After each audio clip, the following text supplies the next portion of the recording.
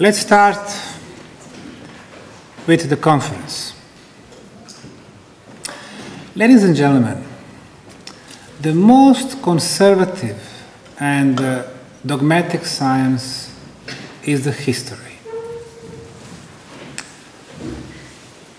What they've been telling us about the origin of the man, civilizations, and the pyramids is wrong. The 21st century is the time for the scientific paradigm to be changed. We hope that there will be no more elite science and no more selection of the information.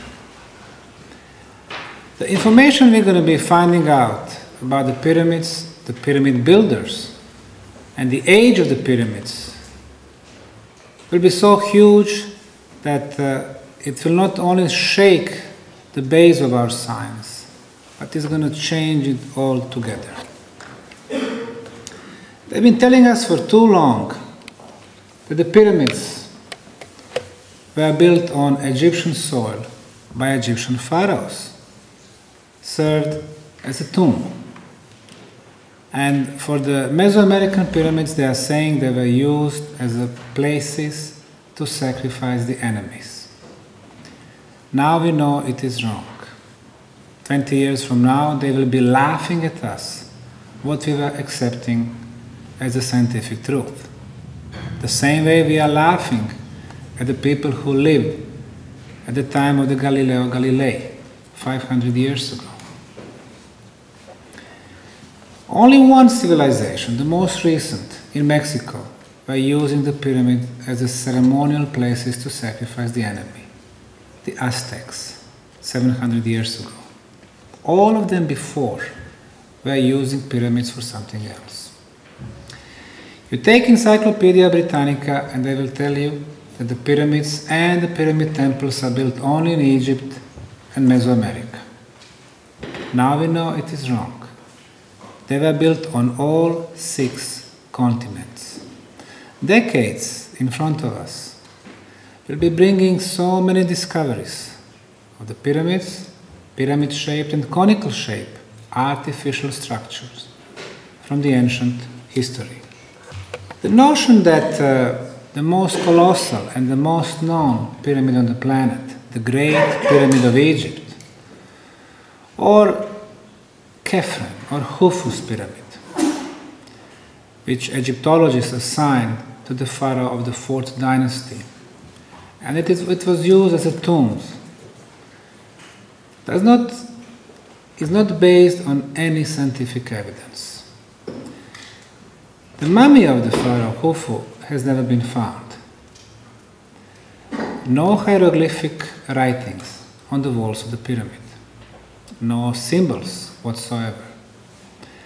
No tools, no organic material that belonged to the 4th dynasty pharaohs. 4 years ago, we had 20 Egyptian archaeologists, Egyptologists, and geologists here in Visoko. Some of them claim, oh, there is nothing here, it's all natural. After we showed them so many proofs, they were still hesitant to claim that we have an artificial pyramidal complex here. On the other hand, when it comes to the pyramids in Egypt, they take that they were built by the pharaohs with no scientific arguments. And then they accuse us of the pseudo-archaeology or pseudo-history. In fact, if you don't base your archaeological monuments on scientific truths, that's what you do. That's the pseudoscience. If you ask any Egyptologist, did pharaohs of the 4th dynasty know about the number pi, 3.14, 4,500 years ago? They will tell you, of course not. That very important mathematical and geometrical value has been invented by the ancient Greek civilization 2,000 years after. However, When you take the side at the base of the Great Pyramid of Egypt, 232 meters, add another one, 232, 464 meters divided by the height of the pyramid, 147. The result is 3.14. It's very obvious. So this value has been in front of our eyes for thousands of years. Obviously, the builders of the Great Pyramid of Egypt knew about the number pi, which is the most important number in sacred geometry. The golden number, or golden ratio, 1.618, is also incorporated in this pyramid. The distance between our planet and the Sun is incorporated in this pyramid. The distance between our planet and the Moon as well. The number 299,000 also, which is the speed of light. You don't incorporate all this mathematical and geometrical knowledge in one monument, which is supposed to be a tomb for one dead man. You build such a structure as a message for the future, but when it comes to the main purpose, you build it so it can serve living communities. Egyptologists proudly show us the tools they found around this site and in Egypt altogether. They display them in a beautiful museum in Cairo. What we can see there are copper tools.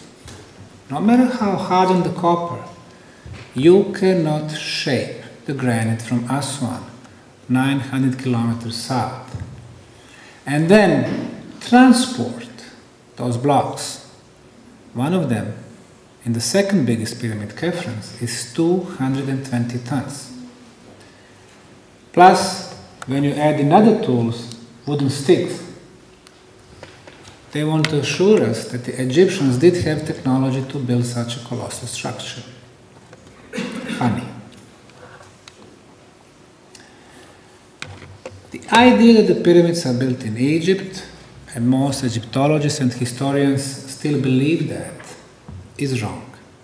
The pyramids are built on all 6 continents. They are built in South, Central and North America, Europe, Africa, Asia, and in Pacific region, in Australia. This is the biggest Mayan pyramid in northern Guatemala, in the city of El Mirador. We don't see it. It's completely covered by soil and vegetation. It's in the middle of the jungle. The Mayan has built 100,000 pyramids. 98% of them are still covered by soil and vegetation. So when it comes to the pyramids, they don't have to be like the one on the Giza plateau, in a desert, in a different climate belt. And you can see the stone blocks on top of each other. 100 meters, and it will be revealed to us, depending on the money, a few decades from now. You enter the beautiful city of Palenque, probably the most beautiful Mayan city in central Mexican state of Chiapas. The first sight you see is the pyramid, covered by trees and dirt. San Andres in El Salvador, dozens of pyramids completely covered by soil and grass. Comalcalco, Mexico, dozens of pyramids still covered by dirt.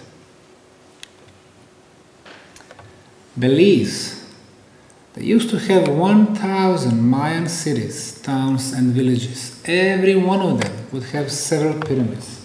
most of them still in the jungle, some of them just partially reconstructed.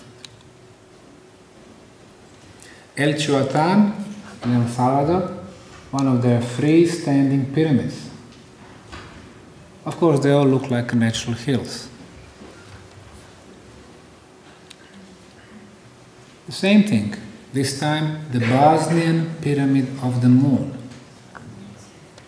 completely covered in bushes, soil, forest.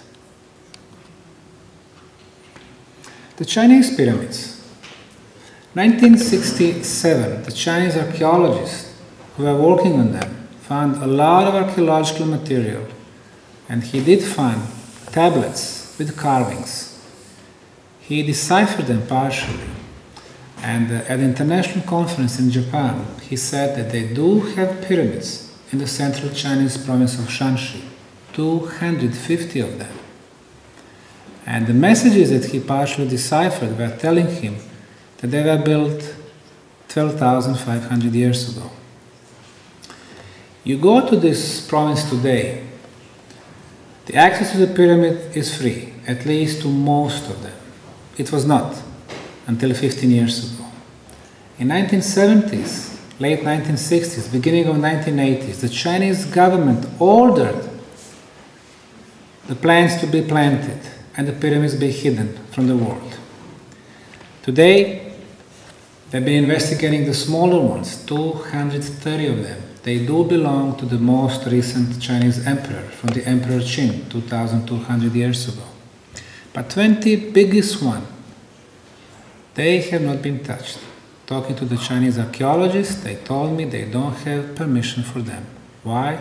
They are built from sandstone blocks and granite, much superior material than to the smaller ones, which are built by mud brick. So we do have two different civilizations. Pyramid builder, much more superior, and later civilizations, they tried to make replica unsuccessfully. Same thing in Egypt. The oldest pyramids, Cheops, Khafre, Myceren, Djosers, Sneferus, they are all built by granite and the limestone. Later on, the 12th dynasty, 18th dynasty, by the mud brick, inferior material. Monte Alban, the town of pyramids, the second largest ceremonial center in Mexico.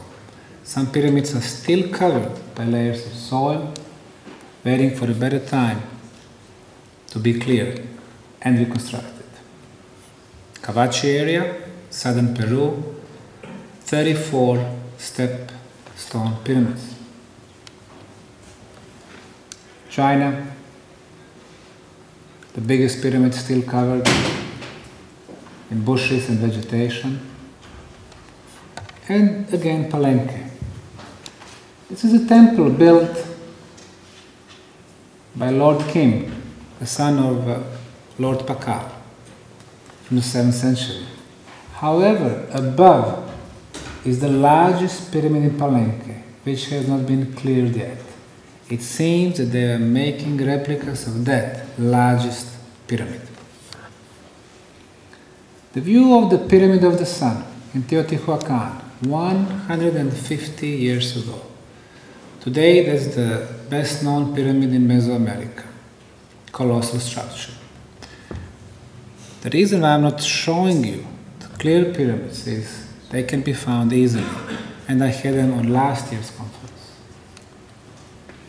The pyramids on US soil, not a word about them in the history books or in the books for the kids and the students in schools. However, we don't have one but 250 pyramids in Cahokia State Park in the US. When you go there, whatever you found there is wrong. They are telling you that these are mounds. Mounds are a pile of dirt. In this particular case, we have 4 different types of construction materials. In order to build this structure, which has a base 11% larger than the Great Pyramid of Egypt, they were using sandstone blocks, pebbles, rocks, sand, And when they completed the pyramid, they cut the squares of grass and soil, turned them upside down, and covered the pyramids. In order to build this structure, they needed an equivalent of 226,000 trucks with the materials. 20-ton trucks. And they built not one, but 250 of them. 5 pyramid complexes, larger one on Italian soil, much before the ancient Roman times. This is one of them. Pyramids of Montevecchia. 1, 2, 3. Of course, when you see the layout, we are aware that the same layout is on Giza Plateau with those 3 pyramids, and in the city of Teotihuacan with the Sun, Moon, and Quetzalcoatl pyramid. Just with the layout, we can see that the communication between the continents existed thousands and thousands of years in the past. When you do more research, when you realize that all those pyramids have square base, have the same length of the base, have the number pi incorporated in them, then you finally can confirm that not only that the communication existed, but we can see the signature of the same architect. The Pyramid of the Moon, Mexico, Teotihuacan, 154 years ago, completely covered in soil and vegetation. Today, one of the best examples of pyramid architecture.